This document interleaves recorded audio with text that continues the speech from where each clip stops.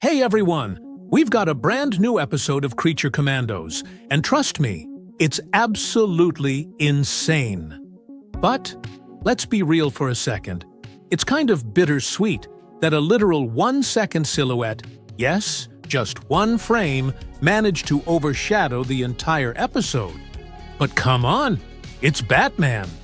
And Gunn's right, he's one of the most iconic superheroes ever, alongside Spider-Man and Superman. In this episode, we dive into the origin story of Dr. Phosphorus, a character whose only goal was to find a cure for cancer to save his father and his wife's mother. Tragically, his path crosses with Rupert Thorne and his Mafia, who, by the way, we won't be seeing again in this DCU. Thorne's involvement leads to Phosphorus's catastrophic transformation. What's fascinating is how this character perfectly embodies the trope of tragedy, turning someone into a crazed villain. Despite his heartbreak and seeking vengeance, he spirals into greed, destruction, ambition, and the desire to become Gotham's new kingpin. And then, boom! The internet breaks with that single frame of Batman. If you ask me, the best course for Dr. Phosphorus is for him to die in the series. He's way too lethal, and honestly, I can't even wrap my head around his powers. One moment, he can incinerate everything in his path.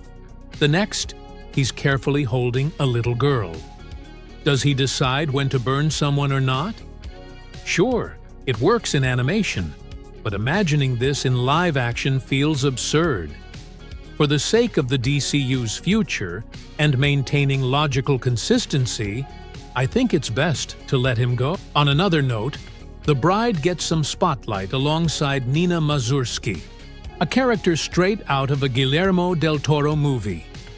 The story unfolds in a brothel, showing the human side of these characters, even Weasel, who mistakes Princess Ilana for the little girl he tragically lost in an accident. The series does a fantastic job highlighting that every monster has a backstory, a deeper layer to their seemingly chaotic existence. Whether it's the most theatrical or insignificant character, Gunn's storytelling expertise shines through. Now, the war between the Kingdom of Pokalistan and the monsters is set to escalate in the next episode, leaving no room for mercy. The only glimmer of hope is Frankenstein sharing everything with Rick Flag and revealing their findings about Clayface. Maybe this could persuade the monsters to abandon their mission, but honestly, with Frankenstein's obsession and Gunn's unrelenting narrative style, it doesn't seem likely. This episode, 7 out of 10.